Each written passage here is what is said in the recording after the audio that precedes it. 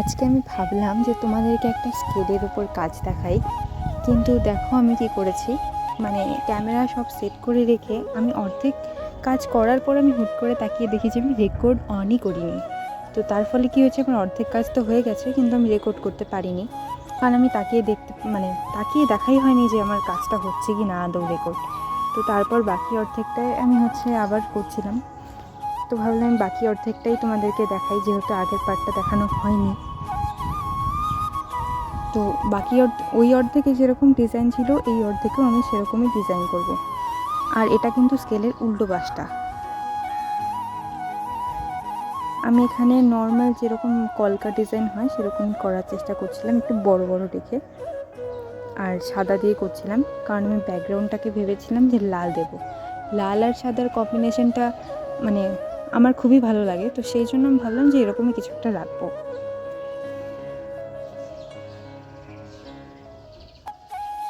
তো এটা দিয়ে আমার একটু ফাঁকা ফাঁকা লাগছিল জন্য আমি দেখো এখানে কিন্তু এভাবে আমি একটু ফিল করছিলাম জায়গাটা।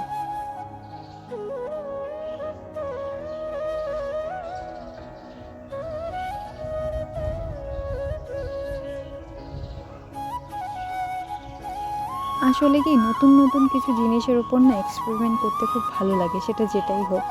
দেখো এটা কিন্তু হয়ে গেছে পুরো কমপ্লিট। তারপর আমি খেয়াল করলাম যে সাদা ব্যাকগ্রাউন্ডের মধ্যে সাদাটা না ঠিক বোঝা যাচ্ছে না। তো আমি একটু ব্যাকগ্রাউন্ডটা ঠিক ছাড়াই তোমাদেরকে একটু দেখানোর চেষ্টা করব, এতে তাও কাজটা একটু বোঝা যাচ্ছে আর কি। তো তারপর আমি এখানে একটু ইয়েলো কালারের হালকা রেখে দেবো, মানে এইটুকুই আমি ইয়েলো দিয়ে কাজ করছি, আর কোথাও ইয়েলোর কাজ করিনি।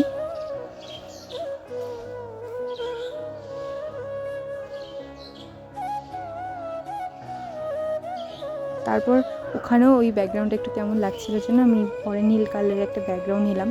যেহেতু কাজটা আধা হয়ে গেছে তো শুরু থেকে তো ব্যাকগ্রাউন্ড চেঞ্জ করতে পারবো না, তো এখানেই চেঞ্জ করেছি। দেখো এটা কিন্তু পুরো কাজটা। তারপর আমি এর পেছনটায় একটা ফ্ল্যাট ব্রাশের সাহায্যে পুরোটাই রেড কালার করে নেব। কিন্তু আমার একটু সমস্যা কি হয়েছিল, আমার না ভেতরে যে সাদা কালারটা সেটা পুরোপুরি শুকিয়ে যায়নি। মানে আমি হাত দিয়ে একবার দেখেছিলাম, মনে হয়েছিল শুকিয়ে গেছে কিন্তু শুকিয়ে যায়নি, যার ফলে কোথাও কোথাও গিয়ে কালারটা একটু লালের সাথে মিশে গেছে এবং কালারটা উঠে উঠে গেছে। দেখো এটা হচ্ছে ফাইনাল লুকটা। তোমাদের ভালো লাগলে তোমরাও ট্রাই করতে পারো, অন্যভাবেও ট্রাই করতে পারো, আর আমাকে জানিও কেমন লাগবে।